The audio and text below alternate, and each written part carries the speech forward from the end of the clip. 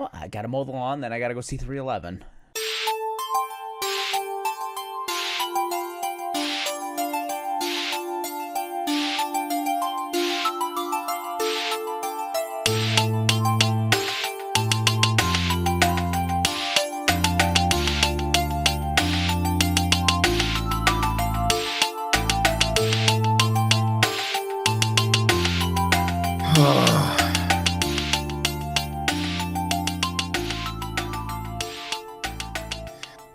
The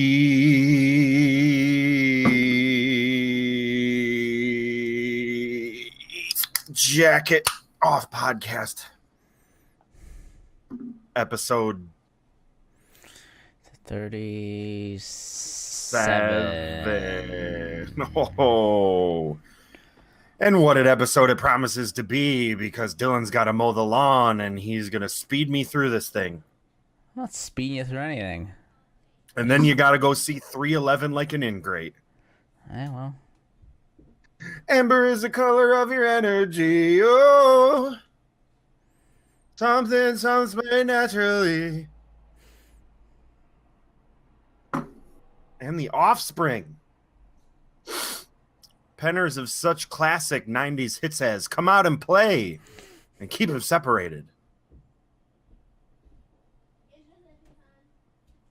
At any rate. I was double checking 37. Yeah. Wow. Good job. We're great. We're so fantastic. Wow. What a fantastic 2 weeks it's been.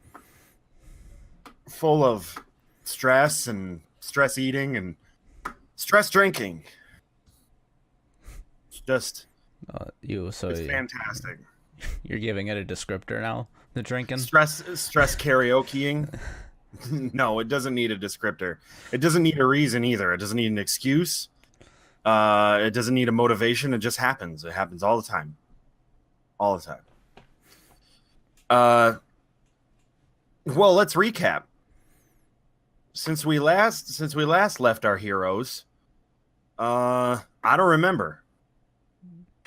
So I guess I'll just start talking about the thing that I did the most recently, which was usually how this works. Yeah, I mean that's pretty much what it is. Just think back to the thing that I can remember, and then we go from there. You may remember, I believe this was Saturday night. Oh no, it was Thursday. Saturday was a different thing. We'll get to that. So Thursday night, as we know, is karaoke night. I mean, that's Thursday night is pretty much karaoke night, like in every bar across the country for all time. Is it? Forever. Yeah. There's 2 different places doing karaoke downtown. And the first we went down there, and so as with any good karaoke sesh, the main motivators are there's a few of them. But one of the biggest ones, of course, is someone broke up with their girlfriend or boyfriend.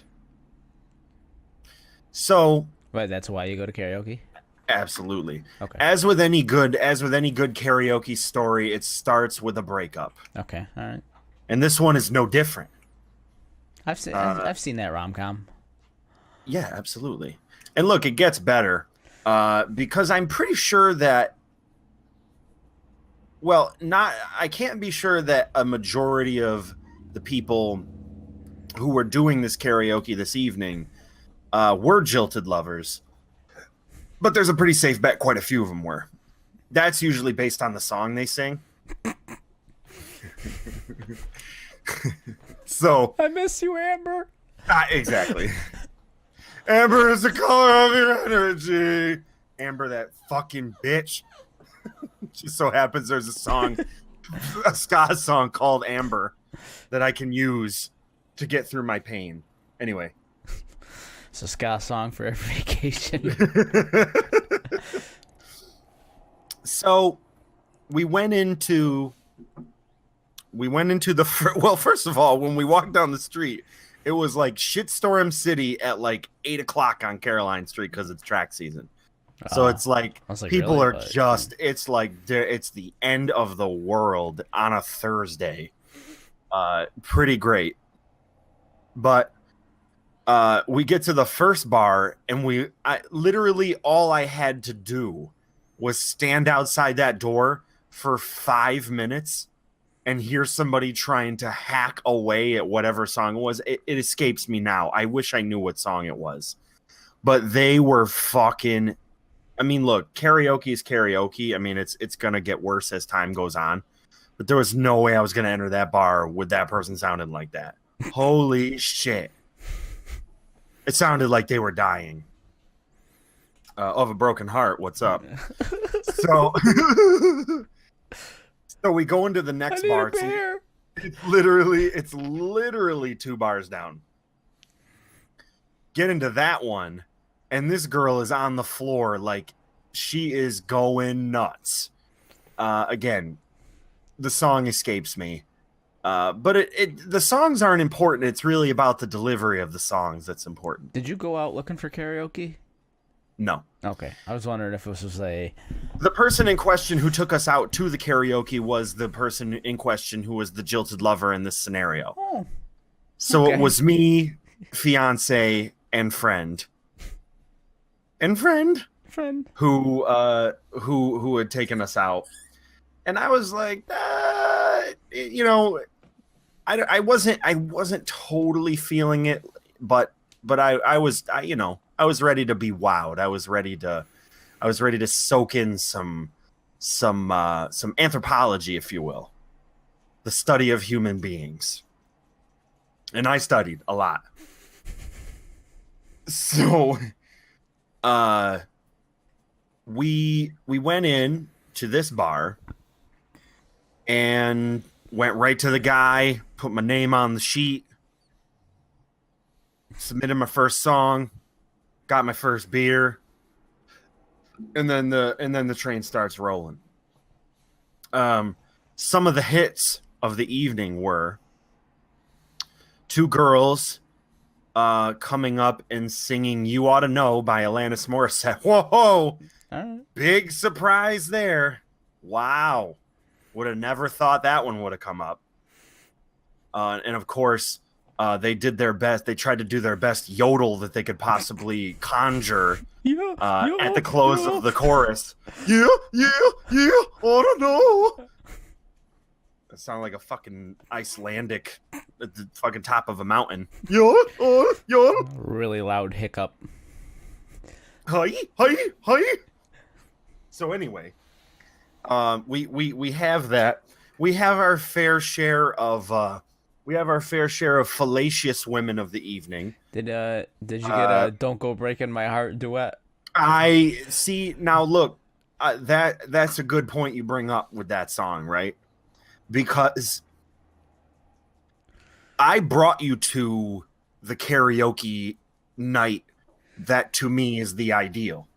That was after the Snails show. Do you remember that? Justin doesn't. I figured you did. Jessica's sleeping on the Right. bar. Exactly. With a Bud Light in his hand. That karaoke night is the best one because it's the most pure. It is the most karaoke for the sake of karaoke that it could be.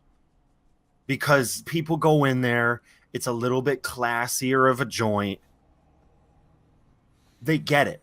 The people doing the karaoke get it. The people running the karaoke get it. So you might get a couple people doing some "Don't Go Breaking My Heart." Like that'll happen. Some show tunes will happen. Some Journey will happen. All that stuff. But this one was like, it was indescribable. Some of this, how egregiously bad it was. It's, the phrase like, y'all motherfuckers need Jesus. This one was like, y'all motherfuckers need reverb. Like, the way it was set up was unreal. In the event that anyone has to use the actual speakers that the music is coming out of as their in-ear monitors, or at least they're in front of them monitors, you know you're going to have a bad time. Because the speakers were like to the right of the person. So you can only hear the music as you're, because so look, if I'm staring at the screen right now doing the karaoke, as like the way I'm sitting, the speakers were on my right and they were in each corner, and then the TV was in front of me and the guy was behind the TV running it. You only got the music out of your right ear, and it was blistering how loud it was. Oh, good. And then your microphone, of course, is now, if you take any steps to the right or to the back, you're going to start feeding in. So you got to stay right up on top of the TV so you don't feed in. But now, in order to hear your own voice that's coming through, now you're getting a distorted view of how your voice sounds, what's coming out of my mouth. So I have no idea what the fuck is coming out. And nobody else did either, but that was for different reasons. That was for reasons of being abjectly tone deaf or something. I don't know. Look, I'm not expecting everybody to go in there and sound like fucking Celine Dion on the reunion tour. But at the same time, if you're going to try to sing the songs from the Celine Dion reunion tour, be aware that there's some, they're challenging. Sing within your range. Even if you look, I'll even give it to the guy who went up there and did some insane song that I had never heard before. It kind of reminded me of like Bloodhound Gang mixed with like Big Balls by AC/DC. Like, it was just like fucking stroke it to the east, stroke it to the west. Like, what? I still don't know what the song is. I'm sure I could probably figure it out. I just didn't. I was so enthralled by what I was hearing. Like, this guy was screaming this song. And there were several parts where I didn't even know if there was still an instrumental, if this guy was going off script or what the fuck he was doing. Like, I was just like, let me see if I can find it. It's Strokin by Clarence Carter. Huh. I'll read you the lyrics because I don't know the song. I'll read you them just as a beautiful poem. This is a poem I'll read to you right now. When I start making love, Yep. I don't just make love. Okay. I be stroking.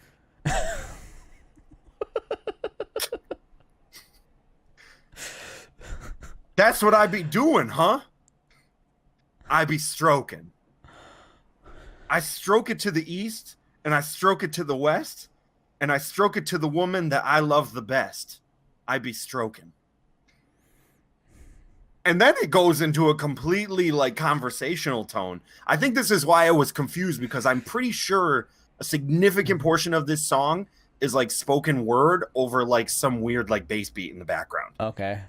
Let me ask you something. What time of the day do you like to make love? Have you ever made love just before breakfast? Have you ever made love while you watch the Late Late Show? Well, let me ask you this. Have you ever made love on a couch? Well, let me ask you this. Have you ever made love on the backseat of a car? I remember one time I made love on the backseat of a car, and the police came and shined his light on me, and I said, I'm stroking. That's what I'm doing. I be stroking. And then back to the chorus. I stroke it to the east, and I stroke it to the west. I'm confused. Yeah, what? How do you think I felt? No, he says talking about making love, but then he's stroking. He's stroking and making no. Okay, so I'll. Is he making love or is he jacking it? It gets better. Now, when I start making love to my woman, which I thought he had already done before. But no, now he's just stroking starting. it. he was stroking, and now he's. I don't know if he was stroking it in the back seat of the car. Okay, let's just keep going. No. Let's examine this. He's talking to the cop. He's like, I'm stroking it. So I'm is there stroking! is there no one else in the car with him? I don't know.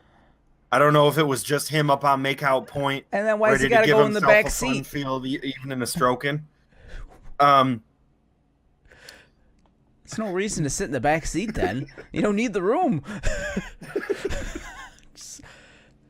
Now, when I start making love to my woman, I don't stop until I know she's sexified. Okay. All right. And I can always tell when she gets sexified, because when she gets sassified. Now, I'm reading this off of Google Lyrics, right? And it says, because when she gets SAS-FIED, satisfied. Like, that's what I would imagine it says, satisfied. She start calling my name. She say, Clarence Carter, Clarence Carter, Clarence Carter. Clarence Carter? Oh, shit. Clarence Carter. Now, that's like the equivalent of like when you're listening to a song like Boom Shake the Room by Fresh Prince, DJ Jazzy Jeff. He's like, yo, are you ready for me yet? Pump it up, Prince. Like, I don't think anybody is going to say in a song like that, yo, ready for me yet? Yes, Clarence Carter. It's be like the same thing as me being like, oh, well, you could, it's usually just the first name. That's what I'm saying is like, why the fuck would you say the person's first and last name, not only during the act of lovemaking, but during a thing where you're singing the song along with dude, like my dude whatever. Clarence is laying the pipe, dude. Now it even gets more complicated. Dude, he's laying it so good it deserves the respect of the first name and last name. You gotta respect his stroking and his lovemaking. Now look, here's the last part, and then now we even get into uncharted territory. The other night I was stroking my woman, we in Thailand, and it got so good to her. You know what she told me? Let me tell you what she told me. She said, "Stroke it, Clarence Carter, but don't stroke too fast. If my stuff ain't tight enough, you could stick it up my woo." He said woo instead of ass. I get it. And then of course we get into this, and then we get into the chorus. I be stroking, ha ha ha ha. Oh. I stroke it to the east, I stroke it to the west, I stroke it to the woman that I love the best. You know, Clarence Carter, 2018. You know, whatever. And look, 2018. I should probably see when this song was made. No, this makes sense. 1986. Yep, that's about the time. That's about the time that I really would think it came from. I'm kind of excited to listen to this song. Yeah, I really was not expecting it to be. No, hang on. Let's just do a little bit of deep dive on who Clarence Carter is. George Clarence Carter is an American blues and soul singer. Okay, a musician, songwriter, and record producer. His most successful records included "Slip Away," "Backdoor Santa," Too Weak to Fight, Patches, 1970, and of course his opus Strokin, 1985. Born blind in Montgomery, Alabama on January 14th, Carter attended the Alabama School for the Blind in Talladega, Alabama, and Alabama State College. Wow. Just looking at pictures of this dude, you don't see him writing a song called Strokin'. He looks like he's like a serious blues dude. So I think I think this might explain it, Dylan. I think we might have gotten ourselves to the center of the shrubbery maze on this one. With the advent of disco in the mid-1970s, Carter's career suffered. Yep. However, yes, it does. He signed for Ichiban Records in 1985 and found a new audience with songs such as Strokin' and Dr. CC in the 1980s and 1990s. Is he a little late to the disco fad, or I'm not sure. Strokin was reputedly deemed too ribald for a public release or radio play, so the record company played the records in jukeboxes where bar patrons discovered the song. Now we're really understanding it. Oh, it's like Strokin was, oh my God. How did I not know this? Strokin was given further acclaim when it was used in the Eddie Murphy remake of The Nutty Professor. It was in Nutty and it was, I think it was when Buddy Love did it in Nutty Professor. Oh my God. Well, that's the end of the podcast right there. That's as good as that's gonna get. I love how it's like it's like an underground release of a song about jacking it, or not about jacking it. I don't know. I haven't figured it out yet. Look, it's about. Maybe in the beginning he's just puffing it up, you know. See, you know, yeah, to get that. Stroking could mean in the context of the engagement of the physical act it's just a way of getting yourself stroking your ego, getting yourself amped up for some lovemaking with your woman, and then you could stroke. I mean, clearly he's of the opinion he could stroke his woman too. That works too. Stroke anything. The dude's blind. He doesn't know what he's stroking. It's in the goddamn men's bathroom in the central station. Dude, he doesn't know if he's in the front seat or the back seat. And what the fuck is he doing talking about cars? Stevie Wonder looking motherfucker just driving around blind in a car. How'd you get there? That explains half the accidents. Did you get idiot stroking in the back seat while his car's driving by itself because he thought he parked it.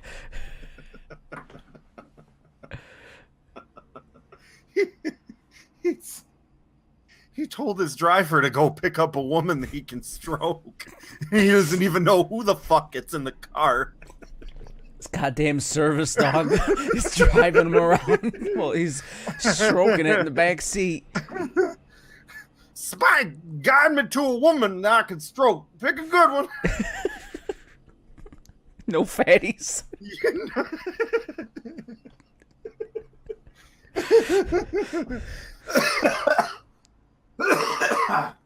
Oh, girl, let me feel that face so I can know if you're strokeable.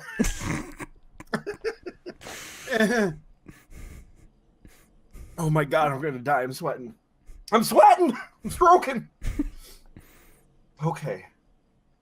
So now that I know that story, it makes a lot more sense to me that guy was doing that. Oh my God. So the guy, first of all, was white. Let's just make that clear. He has to be. So you think he's just a big fan of the Nutty Professor? Now that I understand, it has to be. The guy can't know the origins of a blues and soul musician born in 1946. How old was he? The original song. I don't know how old how old was the guy doing the karaoke? Yeah. He was in his mid to late 30s. I wonder if he heard it around the time of the underground bar scene. If he was in that, well, that underground release. Had to have been old. No, he might not have had to have been older, because if it came out in 1985, he would probably be a little older than that. He would probably be almost 50, be like 45 or 46.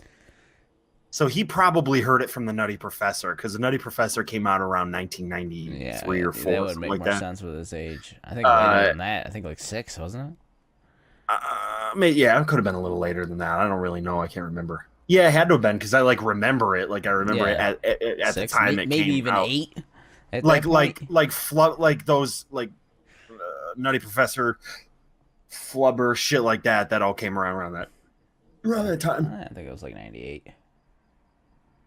Yeah, probably. So awful lot of Fiona Apple being sang, Dylan. You know that's gonna happen. 96. Awful lot of fucking Shania Twain, you know. That don't impress me much. You know? Yeah, don't. I'll tell you what didn't impress me much was fucking 90% of the people's performances at this particular venue. Highly critical. I rated it 2 out of 5. Were you expected to be wowed or something? I don't understand. Look, I've been wowed at Circus the years that was open. Like, there was some legit, like, really good singers in there.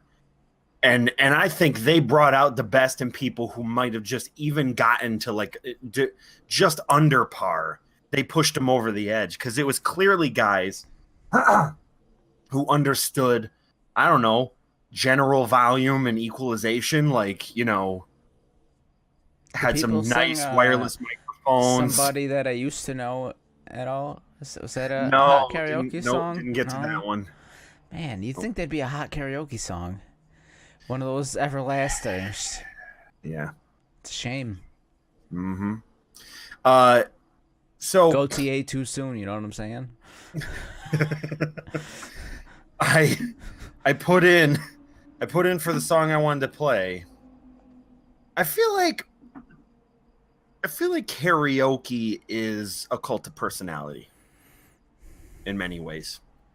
I think that in that world, you have to have a gimmick. You have to have something about you that's identifiable. You have to embody a persona. You have to put your name in like fucking 500 times. That's, you know, that's another. We're talking about karaoke here, right? Yep. I'm confused because it sounds like my life. It sounds like you're putting a little too much thought into karaoke. Look, it's a very special thing. Dillon. This isn't Rockstar with Mark Wahlberg. You're not gonna get discovered and fucking. Oh, don't. Temple of the Dog isn't gonna. Don't think that way. Pick you up. Have you played for him? Don't stifle me. These are my dreams, bro. These are my dreams. The reason why I say that is because there was the one guy, Mohawk Bill. Mohawk Bill was his name. Is that what they call him up as? Singing old rockabilly and psychedelia and blues tunes was his game.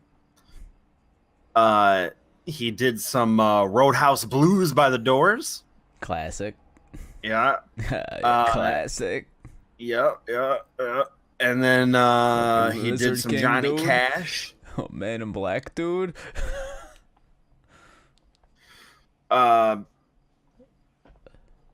it roll, baby, roll. All night long. That is a bar classic that truly gets people in the mood for drinking cheap beer.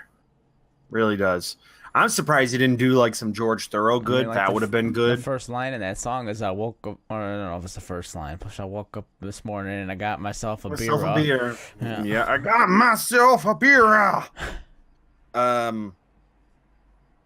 So karaoke, you know, I didn't get the amount of opportunities that everybody gets, Dillon. That's just what happens. It's a shame. You don't assert yourself. If you don't assert yourself and you don't become a personality of the karaoke circuit, you're not going to get there. You're just not going to get the number of plays that you're looking for. So when I put in my second song after my first song, I waited like I listened to a billion Butcher fucking shit songs. And then I was just like, yeah, fuck this. I'm out of here. Maybe you weren't singing the fun ones. Dude, I was going to do Aerosmith. I was going to do Don't Want to Miss a Thing. You, come on. That's not upbeat. You're telling me that a bunch of drunkies... It was too early in the night. It's too early in the night. I feel like if everybody was on it... You're trying to come with a closer. When it's just the beginning of the night, dude. Yeah, that's true. I guess I should have done like that don't impress me much. Man, I feel like a woman. Man, I feel like a woman. Yeah, that would have been good. That would have been a good one. So Thursday night was karaoke. Went off well. Yesterday was up at the Hemlock Hall. The Adirondacks. Went out for a day of kayaking. and eating a fucking turkey dinner at the end of the day. It was like it was goddamn Thanksgiving. White meat, dark meat, stuffing, cranberry sauce, mashed potatoes. Any reason? Becky's parents go out there every single year. Sometimes I go out there for a week. Oh. But we just didn't do that this year. Oh, so okay, so they have like a cabin out there that. No, No? what it is Or it's like a timeshare. for how long you have to reserve this ahead of time, it might as well be considered a timeshare. But what it really is it's a mountain lodge that has like 3 different properties on it. Main lodges, Jesus Christ. Main lodge has got about 30 rooms, 30, 40 rooms. It's a huge fucking lodge. And then they got like these motel like things that they built like off to the side. And there's a couple other buildings that you can sort of rent out a room in or whatever. They do it every single year. It's usually around the same week. It's so in demand that when you get to the end of your stay, they tell you should probably just reserve this for next year because somebody else is going to sweep in and fucking get it. You'd never know this place was here. You'd have no fucking idea that this place exists. The only reason why Becky's parents knew about it was because they were on their way to a different camping trip. That was a lot farther away, and I forget as if they ran into like a storm or it was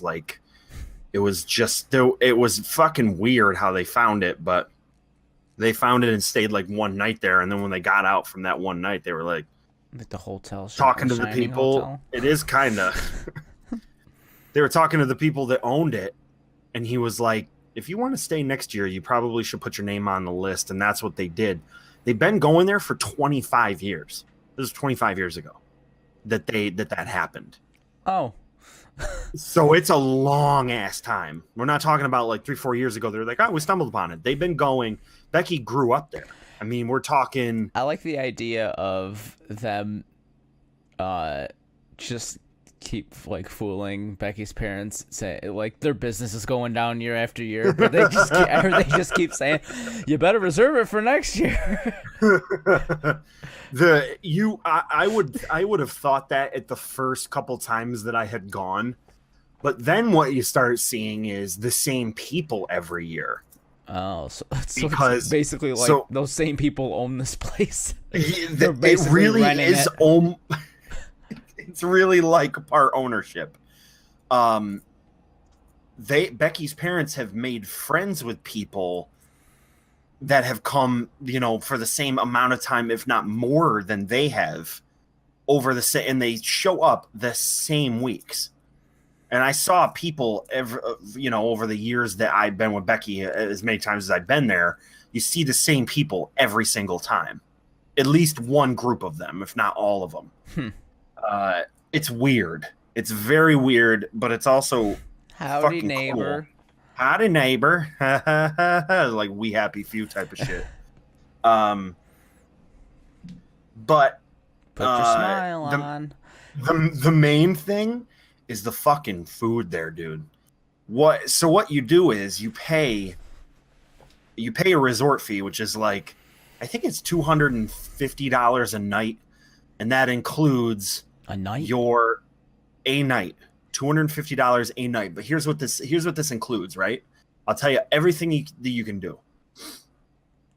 That includes the room that you're in. Okay.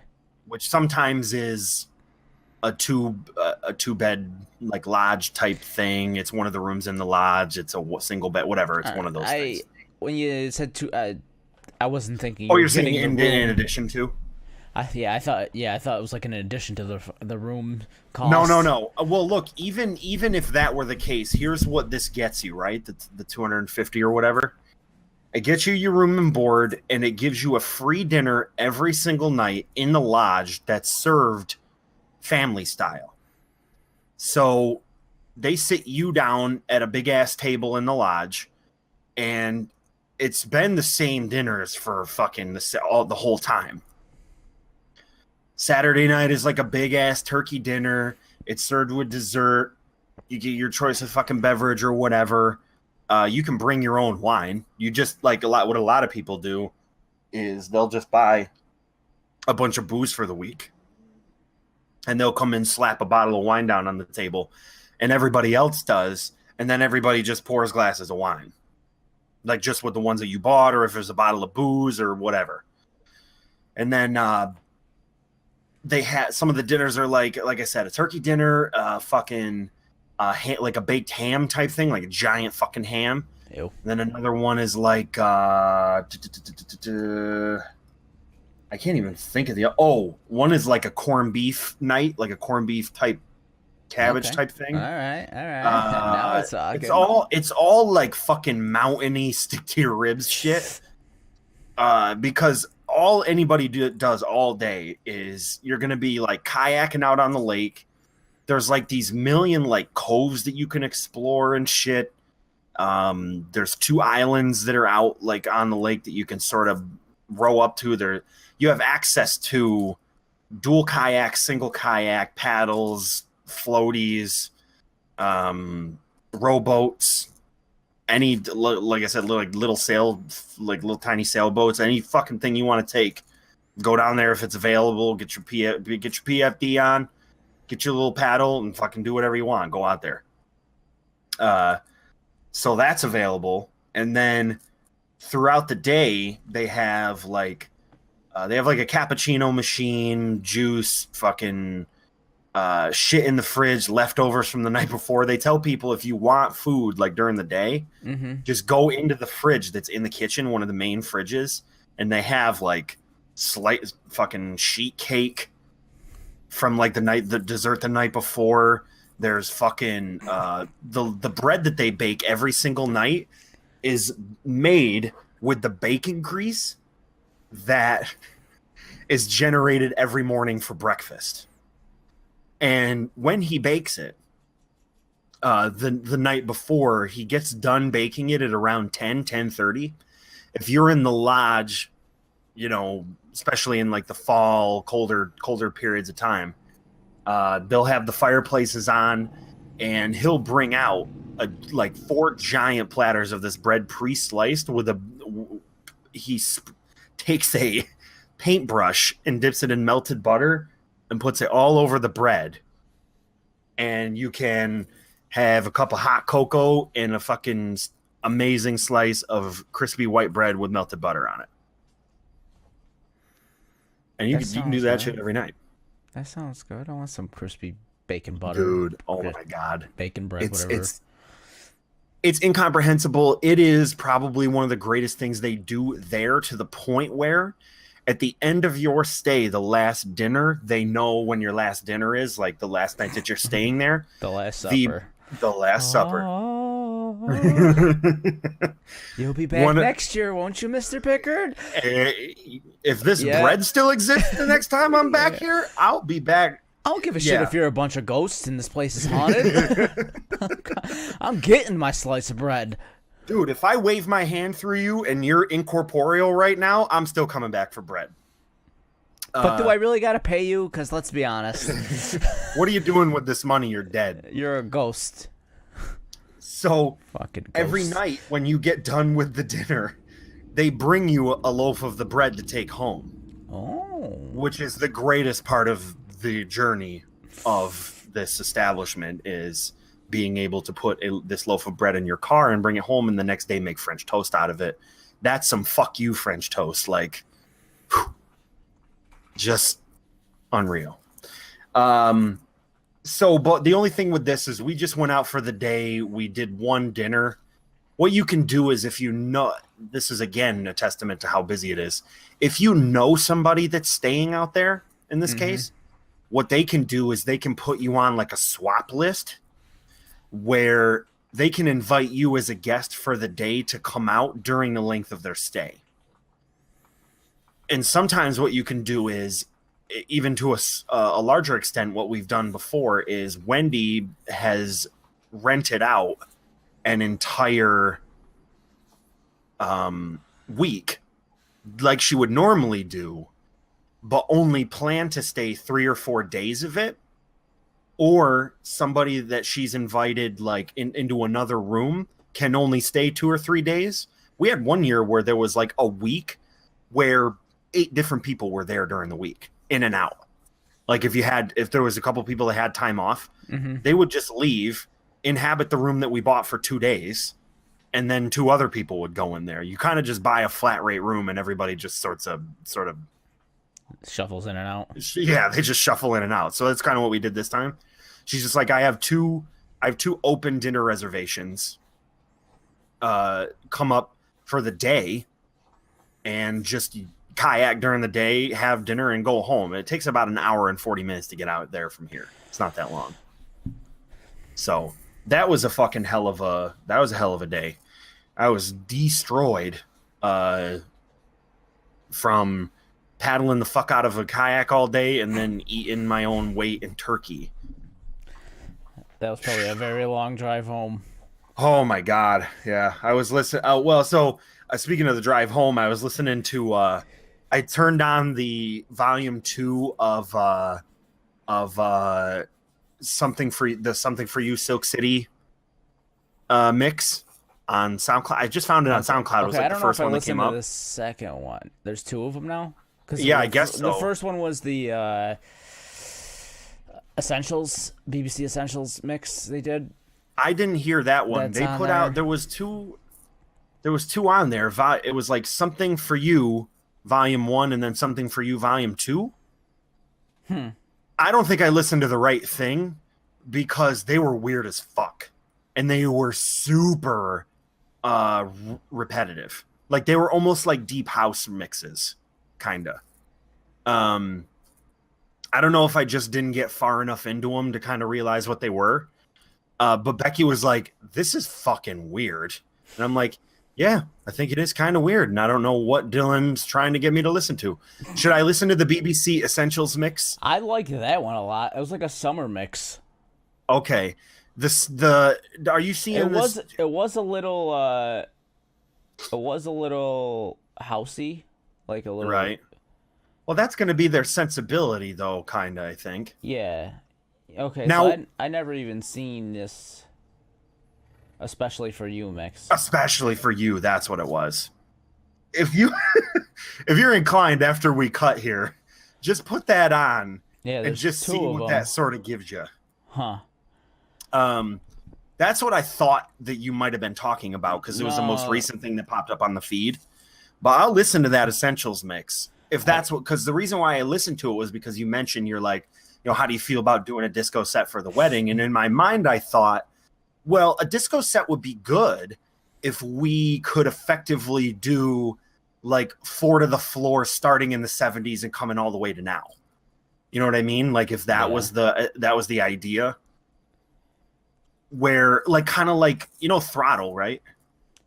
No. Throttle is like a new disco outfit. They do a lot of remixes.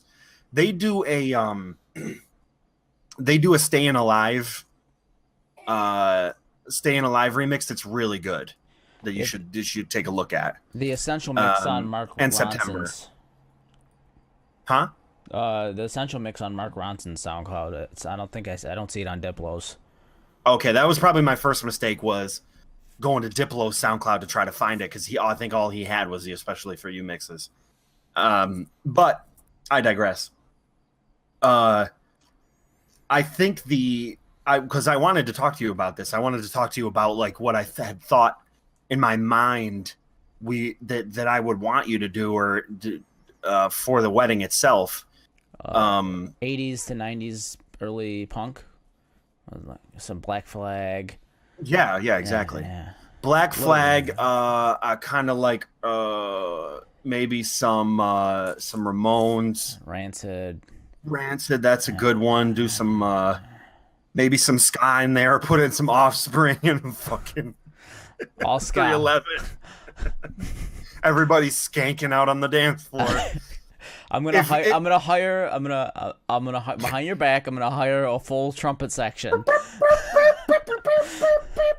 It's gonna sound like the Tony Hawk Pro Skater 1 soundtrack in there.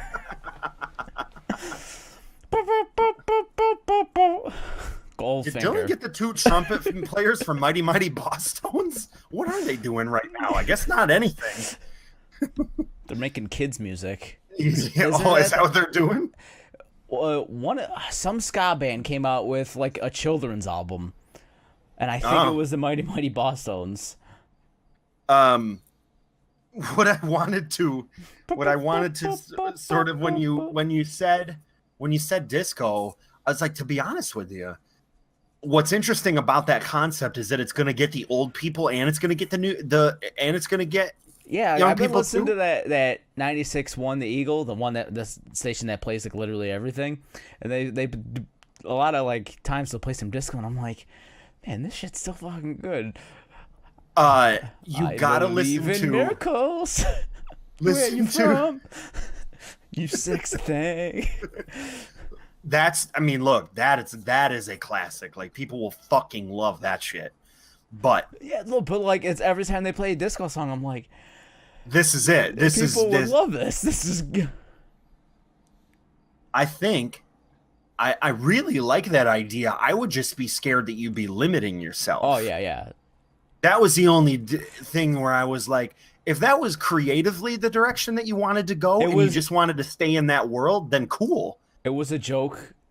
It was a joke that I was, but I was like seriously considering, because every time I hear a disco song, I'm like, this song fucking slaps. Like every time. That's why I said that to you. Here's what I think you should do. I think what you should do is, what we should do, really, because I'm going to get these RSVPs back. And I told you that on the bottom of the RSVP, I stole that idea from Reddit that was like, if the DJ plays blank, I will dance, right? So I left a line for people to fill in a song that they want. If I get some of these RSVPs back, and I'll be honest, most of the people that are going to send back the RSVP are old people, because I have an online RSVP. The labels that I'm going to make that are going to go on here are going to be like, don't want to send back an RSVP, go to BeckyandBrent.com and fucking RSVP to my wedding. Because if you don't give a shit about mailing some shit out, which is a pain in the ass, do that. So guaranteed, the ones that I get back physically are going to be from old people. So that's going to give us two things. So put them in the garbage. What? I said, so put them in the garbage. Listen, Grandma, I'm not playing Johnny Cash. What that's going to give us is a litmus test. The old people that are at the wedding, we could play to them a little bit. And if there is some disco on there, but there's probably bound to be some of that, we can use that as like a springboard for putting in some of the old shit. So when we get in the oldies, we'll put that in there. And then I think you can go as nuts as you want, really, in terms of like modern shit. But then I think you should do at some point, and I thought about this on the way home, I think what you should do is you should put together a really good, solid 25 minutes, maybe even like a solid half hour, 40 minutes of a 70s house, disco, 90s techno super mix, keeping it all at like the 128, right around in there, 128 to 135 like type thing, and hit them with like some modern takes on some of the 70s stuff. That's why I mentioned Throttle, because they do like a sick September rework. And then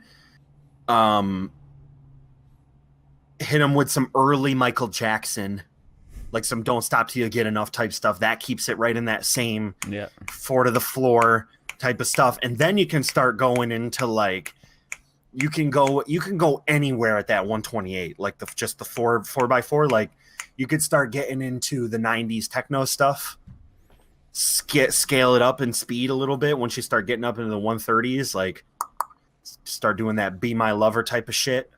Start doing some fucking Robin S.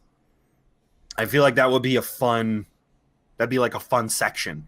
A section where you could do it where you weren't just taking requests and fucking around and doing fade cuts and consciously think about the beats as you're rolling, and then do like that. I think that would be an awesome way to, and that would be like later on in the night. I feel like just go to town. Oh, and also like have some like Daft Punk in there. They kind of follow that disco, sort of some beat too. Some Random Access Memories Daft Punk.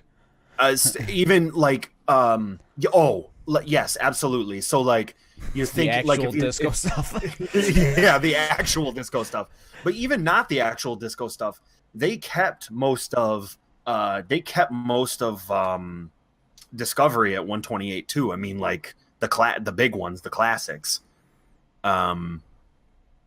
So that's all easily there too. The Digital Loves and the One More Times and then on Random Access there's fucking Get Lucky and all that shit. That's exactly that's still that same pocket. Yeah, dude. That'd be hot. Then he hit him with some slower disco, maybe in the beginning. Hit him with some ABBA. Hit him with some Dancing Queen, or with some goddamn, like you were doing, like Hot Chocolate and shit like that. Some Soul Train, some little bit, even a little bit slower and in the pocket. Like that's where like Get Lucky, Don't Stop Till You Get Enough, like some of the ABBA shit in that slower disco pocket is great. Absolute banger. Fucking slaps, dude. ABBA Gold 30th Anniversary slaps harder than fucking anything. That bass drum, you also got to think too that there's probably a group of people at this wedding that are gonna just hate everything. I mean, there isn't not that ever. Join the club. There's gonna be a coefficient of people who I'll tell you this, probably based on audience, this is gonna be young at heart more than really any other one, because you got to think about my parents, right? Mm-hmm. Think about them, and then think about like some of the.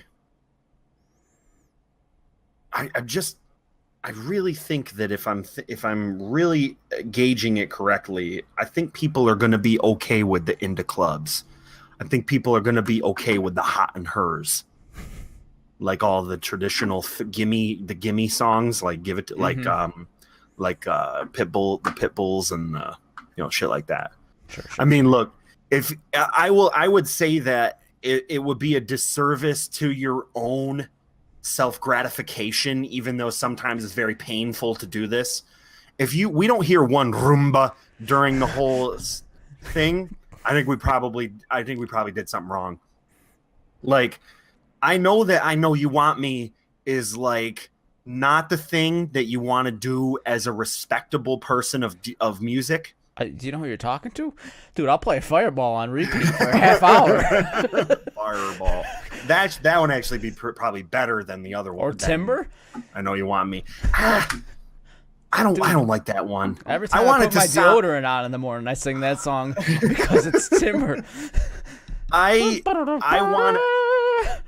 want it to be. If it's Latin, I want it to sound Latin. I feel like, in a way, you know what I mean? Like, yeah, that song doesn't sound Latin to me. It's not really Latin though. It's Kesha. Yeah, but I mean, like, if it's a Pitbull song, right?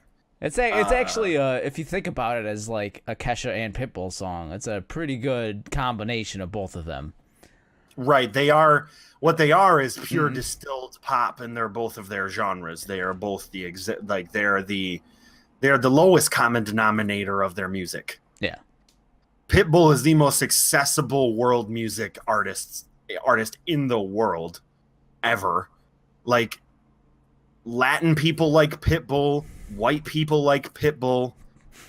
All that shit is so easy. It's a gimme. It is the most, when that shit goes, but like when people hear the first notes of fucking Fireball, or when they hear the first notes of Hot in Here, like that that first sting in Hot in Here, you got them. You got them. There ain't no coming back from that. You know where it's about to head now. You got them. Look, I'm gonna do a lot of workshopping at my coworker's mom's birthday party on the 8th. I have been slated to make an appearance. Last year was a big hit. Back once again with a renegade message. It was, and look, you might make fun of it. I'm gonna ruin my good name by playing all deep house. Brent, can you play something different? Nah, I'm in the pocket. So you can touch me so I can get my satisfaction. Everybody knows this. Why isn't everybody... Oh, oh. Everybody should know that.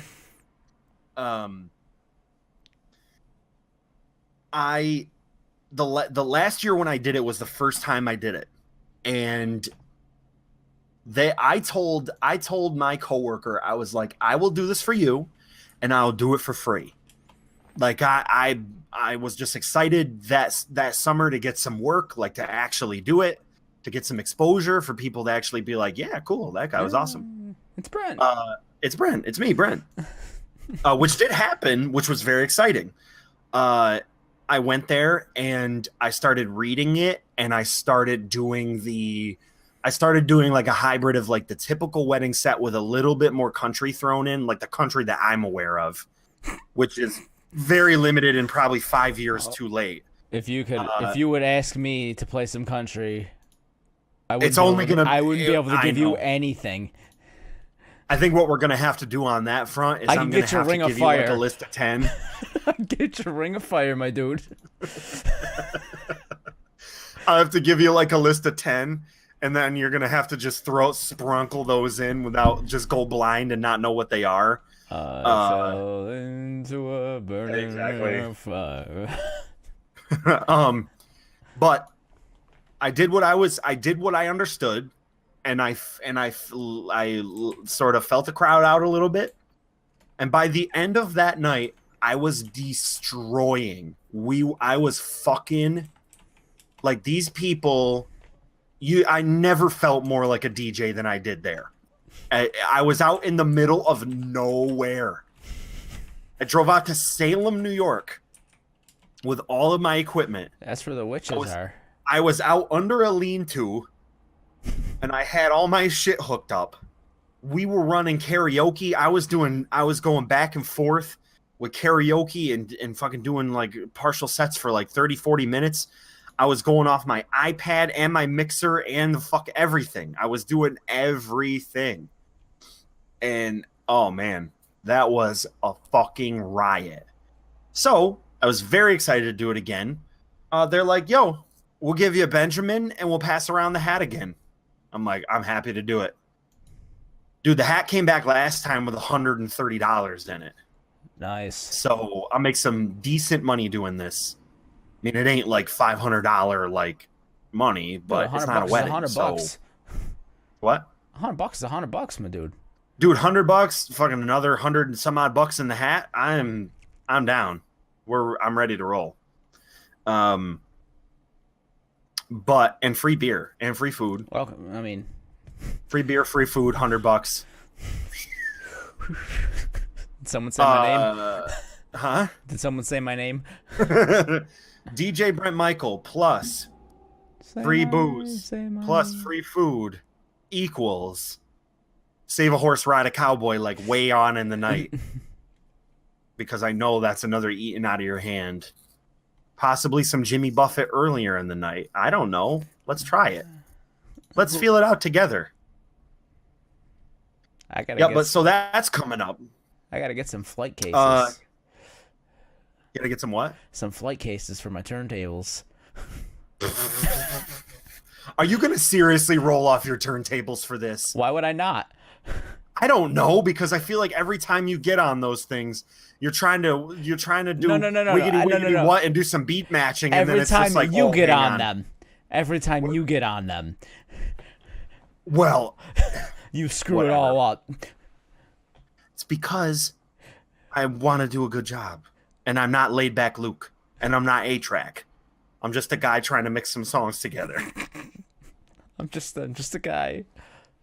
I mean, well, for this purpose, it should be fine to do that.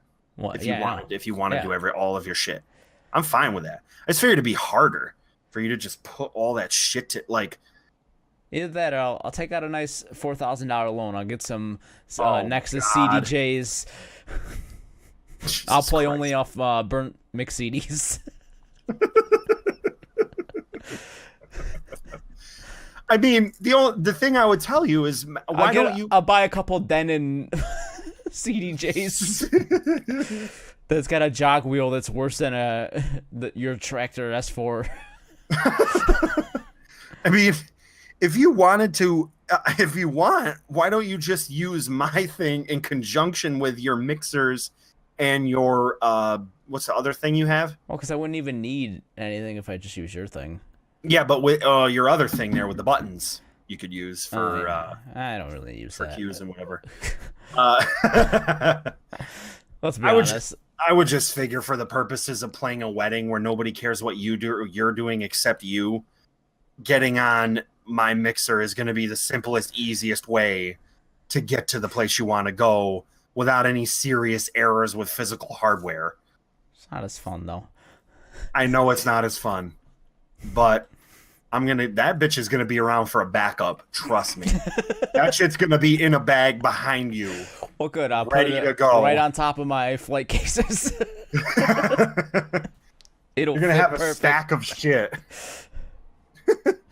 Ready for me to rip the cables out of your mixer for the fucking 2 turntables and put them right into the back of my controller. But you do you. I got all the inputs, so that ain't gonna be no big thing. But what did I want to say? The next topic of discuss. The suits. All the boys have pretty much gotten the suits. Have you bought yours yet? I just gotta go pick it up. But it's finished. They're all. Yeah. Or do you gotta go? Do you have to go get it tailored? Or did you already go in to do that? Yeah, I already did. I already did that. I just gotta pick it up. Okay. So you're good there. Are you gonna take Andrew or no? Or is Andrew just gonna go? I'd probably go on Tuesday or something. All right. How are you gonna go on Tuesday? Just gonna go on his day off. Huh? That's his day off. Oh, that's his day off? Yeah. When are his days off? Tuesday. That's it. That's the day off. Yes. All right. All right. So that should be squared away. I'm fucking getting my new invitations tomorrow because they fucked up my invitations. Yeah, that sounds about right for you. Yep. From a company that I've spent thousands of dollars at my job. I've never had a problem with them. They flipped the other side of my invitation, so when you turn it over, the text is upside down. And I wasn't going to deal with that. So when I called them, I was like, yeah, there was a fuck up with the thing. I just need a reprint on it. I was thinking that like calling them and just saying, hey, it messed up, I need a reprint, that it was not going to be a big issue. It's like, she's like, oh, okay, I'll put in the request for reprint and then should have an email out to you shortly when they start it again. Call the next day, different person. I'm like, yeah, didn't get an email, nothing happened. These are my fucking wedding invitations. I need them as soon as possible. And they're like, okay, I'll make sure that they get the message and I'll put this in your file and whatever. Call tomorrow if you haven't experienced anything. Nothing happens the next fucking day. Call the third goddamn time. I'm like, okay, so at this point, I'm going to need to know the status of my order, exactly what's happening, or you can put me up to the supervisor, whoever did this. And they're like, okay, I'll figure it out. And she's like, so the message in here says that the order was declined because they deemed it that it was your error. And I'm like, wasn't my error. I can tell you that right now that I've ordered thousands of dollars of shit from your company, and I've never made an error on stuff. Like, that's one thing as a designer that I just do not do, is make fucking mistakes. I double, triple check shit when I'm about to print it. Spent $160 on printing all this shit out. I'm not gonna fuck it up. And she's like, well, this request was put in by the supervisor. Would you like me to connect to him? I'm like, goddamn right. You buzz me right over to his ass. She buzzes me over to him, and he sounds like he's a fucking, like, I don't even, he's a complete asshole. And I'm like, so it was marked on my file that the request for reprint was denied because it said that I made the mistake. First of all, I'll just tell you this. Even if I did, the fact that you rejected it is shit customer service. Because if somebody makes a mistake using your software online, I'm a professional designer. There are people out there that are just old people trying to print their fucking shit and are not going to know what they're doing. And if they called and had the same experience, are you fucking joking that you're not just going to do a reprint on their shit if they fucked it up? I paid an extra $3 for design review. Like, they look for, like, obvious spelling mistakes and image quality problems. And I'm like, so in that process, you didn't notice that the shit was flipped? Like, even if I did it or whoever did, whatever, however it was printed, if it was flipped on the wrong edge, you didn't see that. And she's like, the digital review process doesn't cover things with orientation. And I'm like, if the bitch was flipped upside down coming off the line, nobody looked at one of my postcards when it came off the line to make sure that it worked. And he's like, no, they just get packed in and they just get shipped in the box. Like, it comes through the line off the printer, it gets put in the box, and then it gets shipped out. And I'm like, so is there anything you can do for me at all? He's like, no, I'm sorry. And I'm like, so at this point, asshole, you could have offered me a 60% off coupon to do a reprint with your company, and you still would have made money. Like, I would have just resubmitted it online with the coupon code. You could have given me a pass for, like, a different whatever products in the future. You could have just not been a dick and done the reprint. There's lots of things you could have done. But instead, now going forward, the $1 to $2, maybe even $3,000 that I spend at my company a year on, like, promotional materials and business cards and posters and banners and signs and all the shit that I make, that's gone. Daddy's going over to Vistaprint now. Like, that's how he's like, yeah, that's fine. I'm like, wow, you are a fucking cock. Like, really, dude? You just sat there on the phone and told me, yeah, that's fine. You can take your business elsewhere. Like, if I called whoever signs his checks and said, like, yeah, I spend, like, a lot of money at your company, I don't really want that business. I mean, enough to where I would think I could almost have a corporate account, like, with, like, discounts and, like, my own private service rep and all that shit. Yeah, I'm good. Bye. See you later. Yeah. Wow. So I went over to Vistaprint. I used one of their coupons. I got a print for $30 less for 250 of the invitations, and I got it rush delivered. It's going to be here Monday. Fuck them. I wish more people listen to this podcast so I could say, fuck Overnight Prints. Fuck them. They're a shit company. That's the end of that rant. Anyways. Had to get one in. I had to get one. Sneak one it in. Rant. So, deep breath. Take a sip of my coffee. Oh, yeah.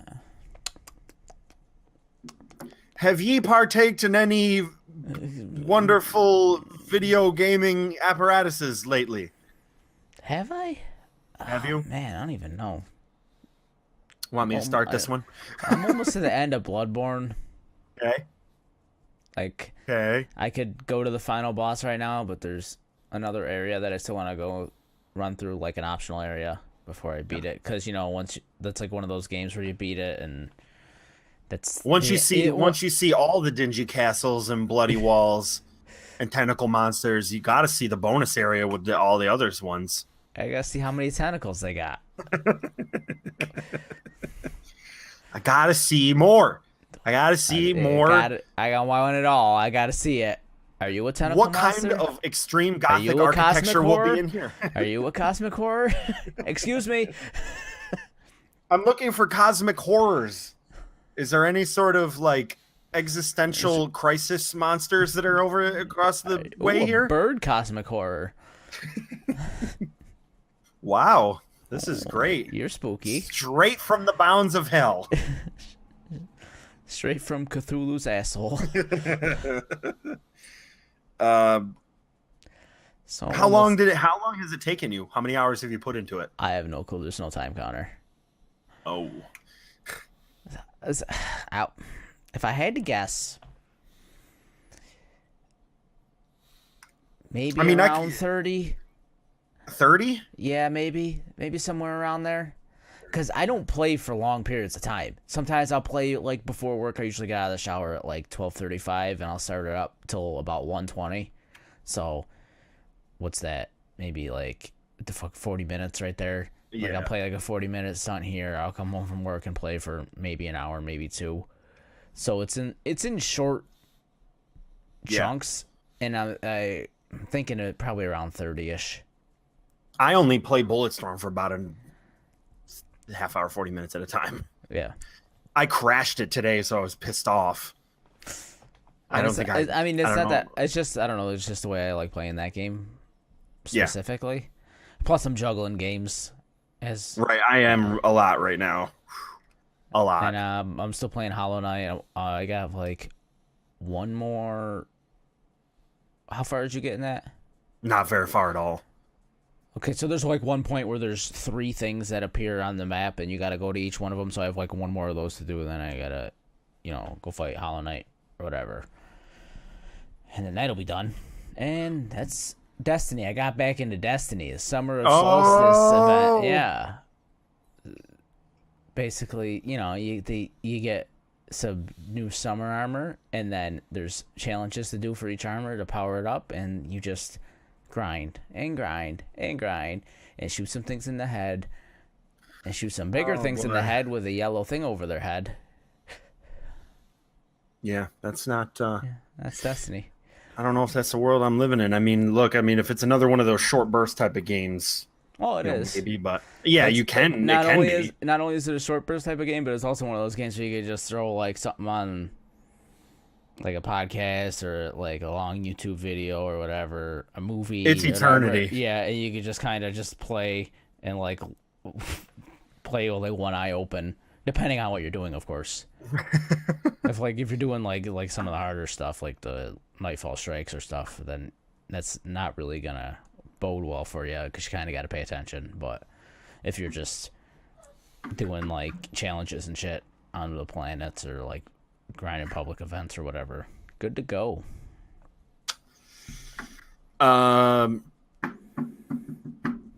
Pool Panic. Playing some Pool Panic. Very casually.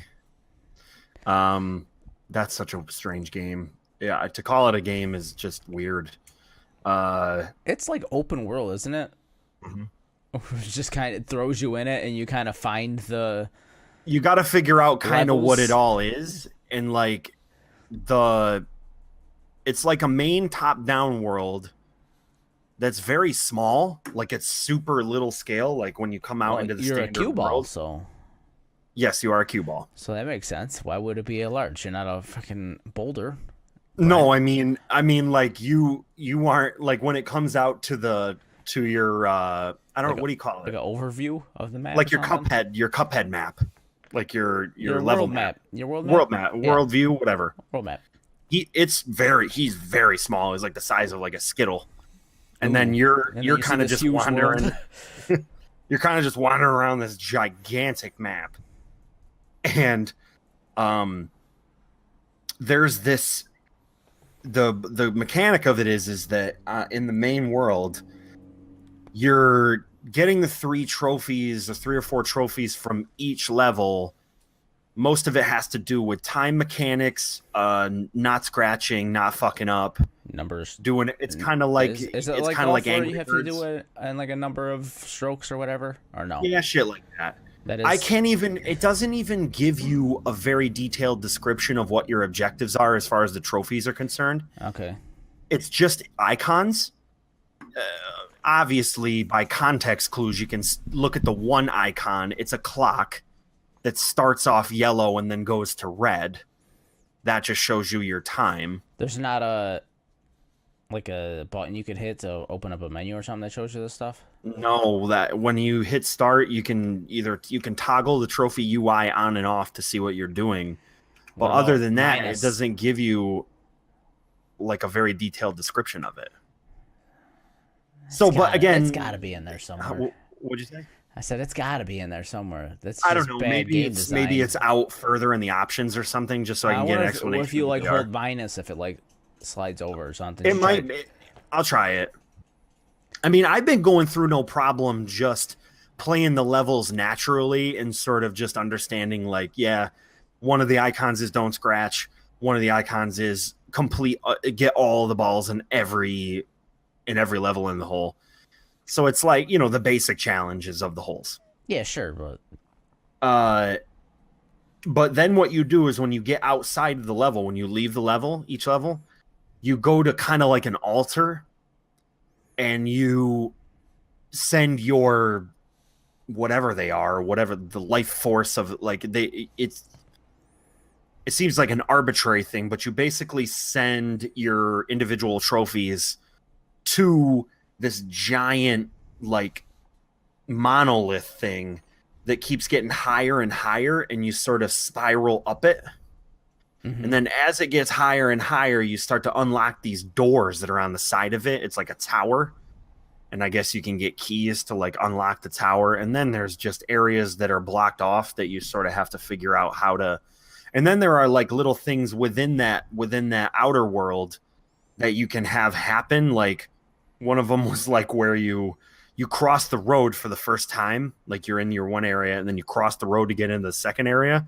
And a car swerves to avoid you and crashes head first into something. And then when it crashes head first, that like unlocks like a bunch of levels. Then you go to those levels and shit. So the world interacts with you, your outworld interacts with you, and then your inner world interacts with you. And then by both of those sort of blurring the line between both of those, you can unlock the different stages. Are some of the levels like kind of hard to decipher what's going on because it's hand drawn? Or yeah, what happens in one of them that stands out from that perspective is you get one where you get thrown into an arena where there are all red balls, and there's like 25 to 30 of them. There's a million of them, and they're all moving. And there's 2 of them that have like park ranger hats on, and I guess what you have adult to do swim game. A what? Adult swim game. Yeah. An adult swim game. maybe by the way I think about it, it could be like a cowboy hat because it almost seems like a rodeo. Okay. Yeah. No, that makes sense. I run into the one red. There's 2 of them. I run into the one red ball with the cowboy hat on. He falls over, and then I take the cowboy hat and I put it on my head, and then I run around, and then suddenly you have the ability to chase groups of the red balls into the 3 holes on the map. You don't even have access to your cue. Like the stick, your pool stick is on the ground. Like it's over there. It's clearly telling you can't use the pool stick for this level. You have to chase these balls into the holes. And you're literally just running around trying to corral these red cue balls balls into each hole. And then when you finish the level, you just jump into the last hole and then you're done.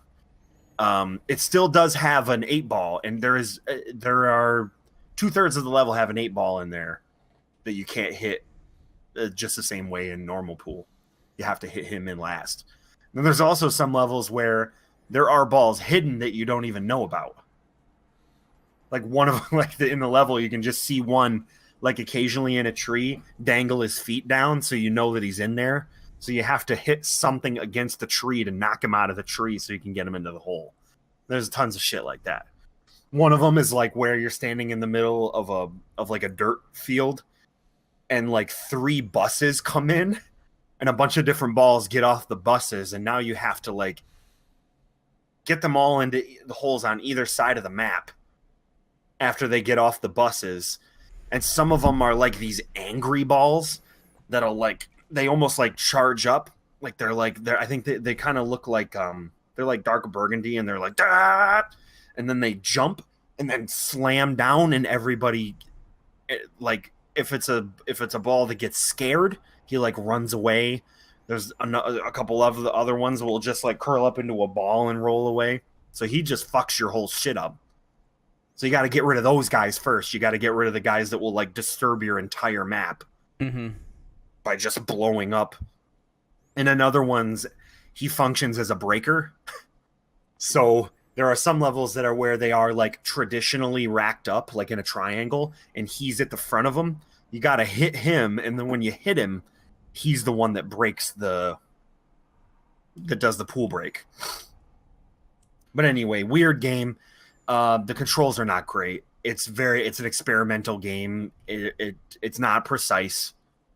I mean, that's kind of bad for a pool game. The thing is that the tagline for the pool game is the most unrealistic pool simulator ever. Well, yeah, but still. You do. I mean, in many ways, what they're trying to do with it is they're trying to give you a sense of, I don't know what the fuck is going on, and there's no way I can help it. Like, it's like a chaos type of thing. Yeah. You're just thrown into this world, and you... That makes sense from a game perspective. The part where your input is fighting against you to try to make sense of this chaos. Right. Kind of, I mean, it's not that bad. What we're talking about is like... I mean, when you say bad controls, you turn me off to it, so... Right. What it is your right stick turns on your aim. The pool cue comes up, or the stick comes up on yourself. Mm-hmm. So your right stick controls it. And you move your right stick, which on the Switch is not super great to begin with. So you move your right stick to aim it, and it does give you the pullback, the angle sort of reticle. Okay. So it draws the line, and then the line turns yellow when you get to where you're actually going to hit it in. The issue is that oftentimes what you're trying to do is aim against a moving target, which you don't do in pool. In traditional pool, you can sit there, get it aimed up really good, and then do, whatever. You can do a chain or whatever. Sometimes you aim at a ball and he's like, ah! And then runs away because you aimed at him. So you have to follow him with your fucking cursor, and you're able to move as you're aiming. It's not like you're stationary the whole time. You're running around. So basically you run around with the left stick, and then you aim with your right stick. It's kind of like a bullet hell type of thing. It's got like a bullet. Like a dual stick shooter type thing. It's like a dual stick. So what you do is you run around, you're running around with your left, and you're sort of turning, and you kind of have to keep in your head like, oh yeah, I'm not a stationary pool cue. I can move to wherever I need to be. You can even push balls into the area that you need them to be in. So like if there's a guy who's just like super stubborn and he's just sitting there and he's like behind a tree, you can like run around and like nudge him a couple times so that he like moves into the path that you need him to move into. So you'd have to kind of play it just to understand like how if you like it or not. The controls, I said they're bad, but they're really not. They're just, it's obtuse. Hard in the sense of, yeah, that is obtuse. That's a good way of putting it. I mean, for $10, it's worth a shot. Then for a tenner, it was perfectly worth a shot. I think it's funny. That's the other thing too, is that it's funny. There's a lot of like weirdness, and they introduce a lot of like just weird shit to it all the time. Every level is like a weird thing. What else? Like I said, I'm finishing up Bulletstorm. And then I got to finish up Doom. And then I got to finish up Wolfenstein. huh? Wolfenstein. Oh, I mean, and then I got to do A Hat in Time. So there's a lot on the docket. And I haven't been playing Fortnite with you guys lately just because of all the shit that I've been doing. It seems like every Saturday has just been blocked the fuck out, and I can't see any line on the horizon for when it's gonna clear up, because it feels like every single weekend I'm booked the fuck solid. It's like you're planning for a wedding or something. Wow, Weird. you'd think you're like, wow.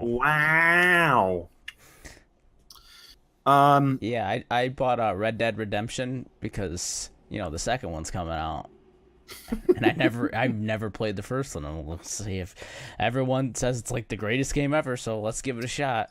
I think I tried playing it one time, and I think I might have talked about this before, but I got the there's too much to do syndrome. Oh yeah, and I was just like, oh, I don't know.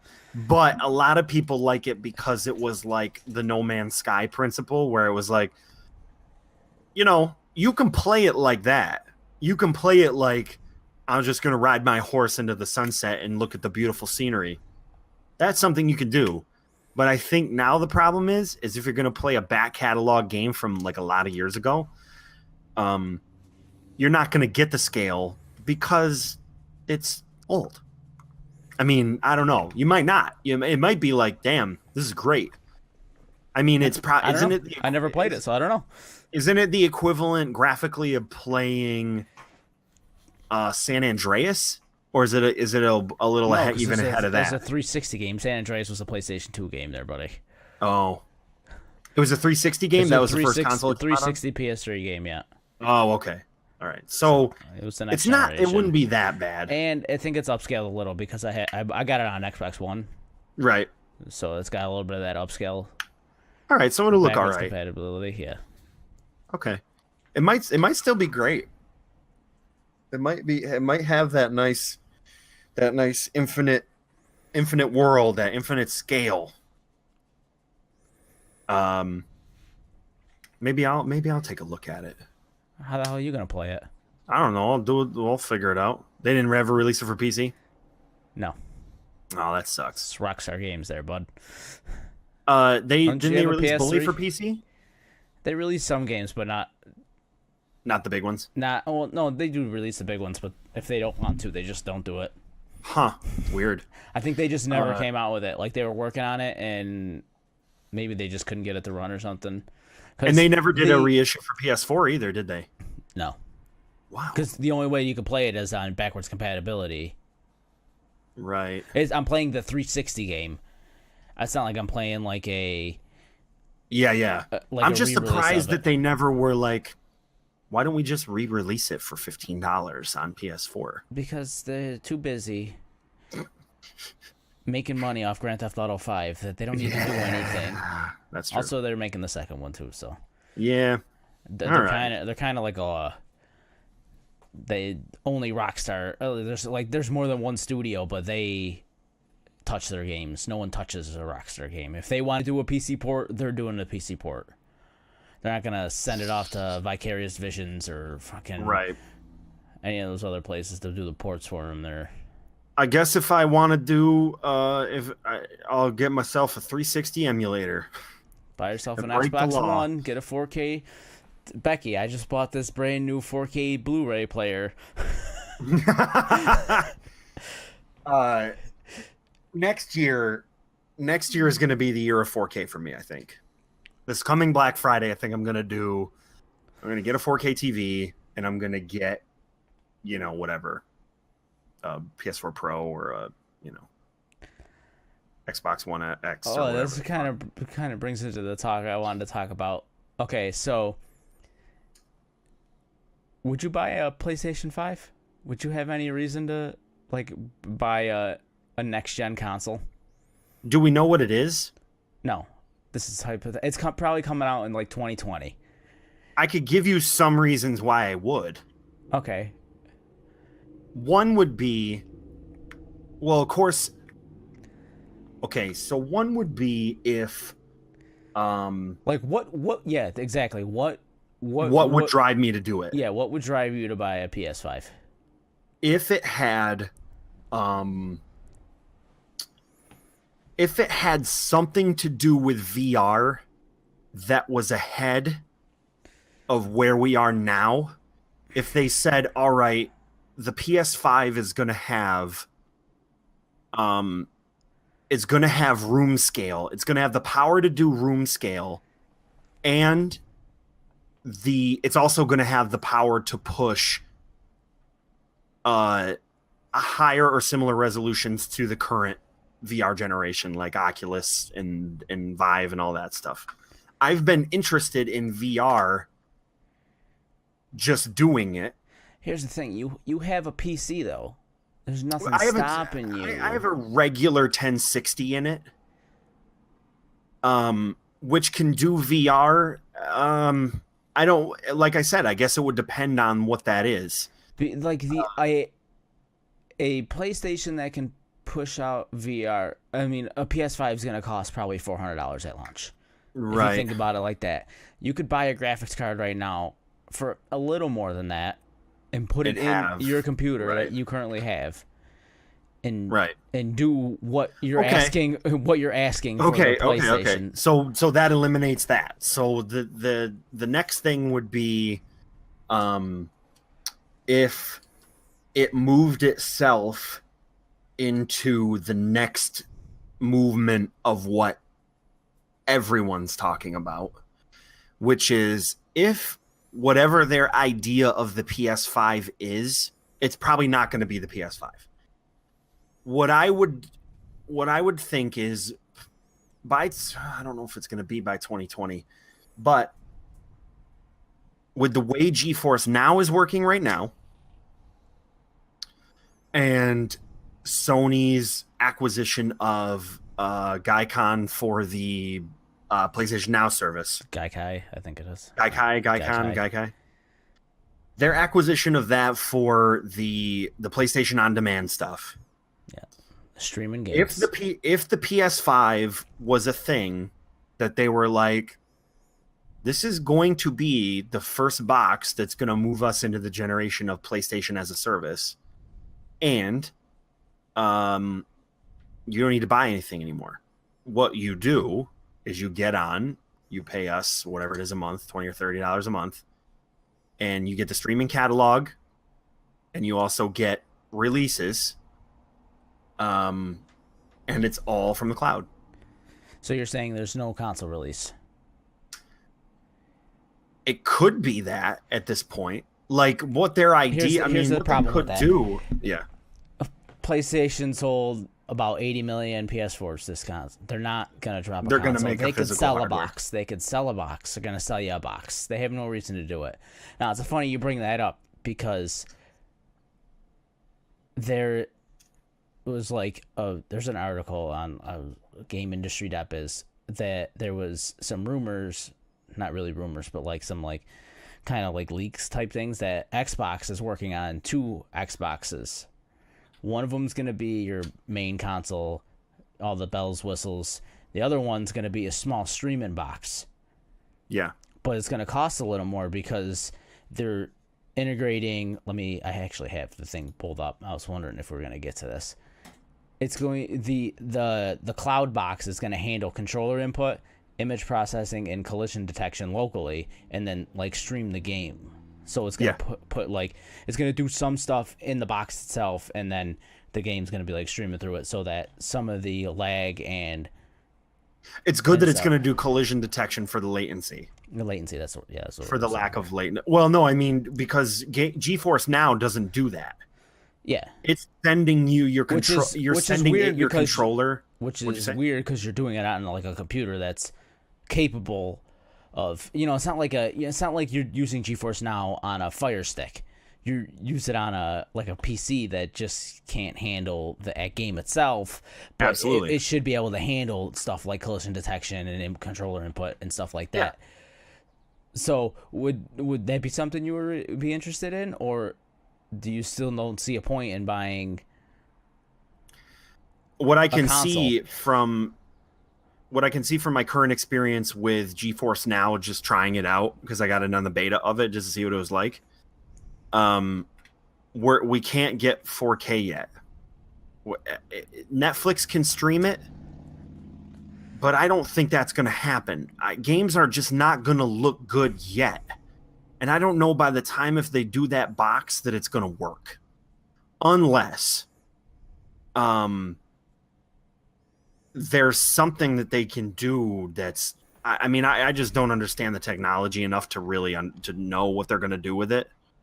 But if they can get the video to me as fast at 60 frames per second streaming... I feel like they have to. They can't go back. They can't go back on this generation of them saying, "Oh, we have the most powerful box." You can't be like, it's gonna go away. You know what I mean? Like they're pushing the Xbox One X. It's like the most powerful console. Like it could do 4K 60 or 4K whatever 60. It could do 1080 60. But you know what I mean? So like you can't be like, okay, we sold you this high fidelity thing last generation. Now take a look at this. It's not gonna look the best, but I agree. But it's cheaper. But it's also cheaper. You could play games for $200. Doesn't that sound good? What that means from an industry perspective is kind of what it was like for the Wii. The Wii was the first console that your grandma wanted. It was the first console that some people's little brothers wanted. It was the same console that your parents wanted. And the reason why that was because it was infinitely accessible, and it was a relatively low footprint, and anybody could pick it up and do it. I would think that their aim with creating a box that somebody could just plug into their TV, that was like an NVIDIA Shield, and have a simplified interface, nice video streaming capability. It was more like it's a thing in your home that's like a media thing. It's like a Fire TV stick. Yeah, but with the Wii, you used a controller that looked like a remote control. The Sure. Xbox controller is still going to look like an Xbox controller, which still turns a ton of people off with all the buttons and switches and knobs and everything else on that thing. So you're not placate just because you're trying to placate to those people. It's not gonna work out in the same way that the Wii did, because the only accessibility you give them is price. That's true. For those people, the buy-in is cheaper. It's just nicer for people that are already into playing games. You're not gonna get anybody else off of this. It's not gonna be 100 million console seller like the Wii was. Right. And at this point, the Switch was even more to a... I mean, if this streaming box thing was sub 200, let's say it's 199, comes with a controller, maybe a free limited subscription to the service itself. Oh, yeah, Game Pass, yeah, I'm sure you'll get whatever it is. I think you still buy the games. It's just you just buy a license. Yeah, and so you can access them on this owned games. So you go to My Games and Apps, and there's all the games that you actually have purchased. You don't store anything on a hard drive. You don't buy discs or anything. You just send the money to Xbox, and they're like, okay, we'll send you the game now through the internet. It's a crazy prospect. It's not gonna. It's one of those things.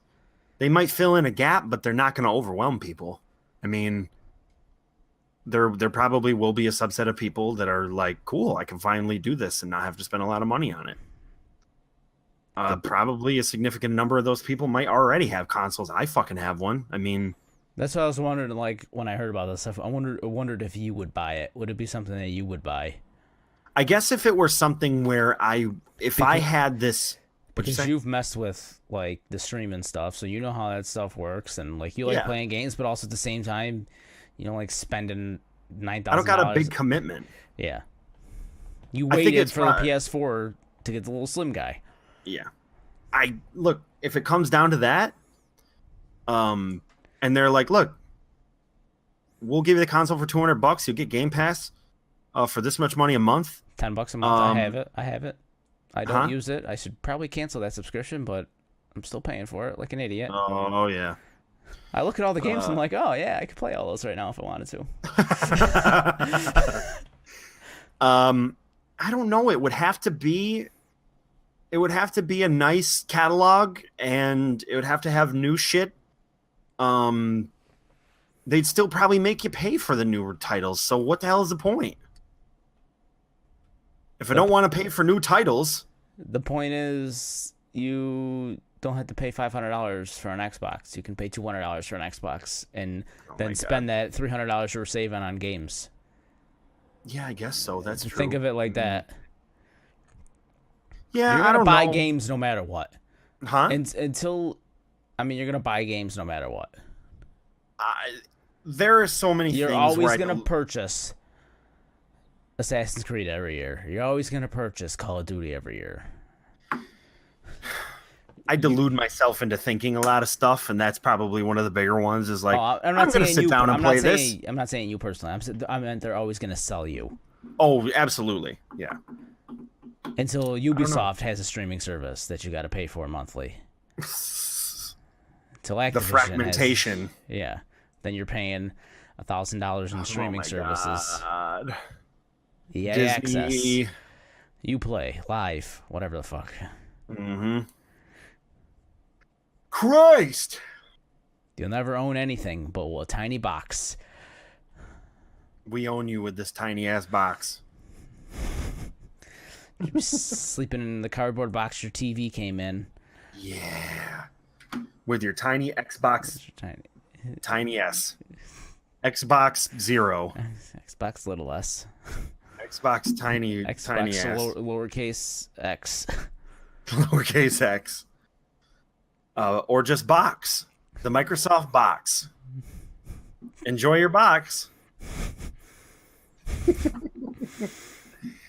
Oh my god. All right, dude.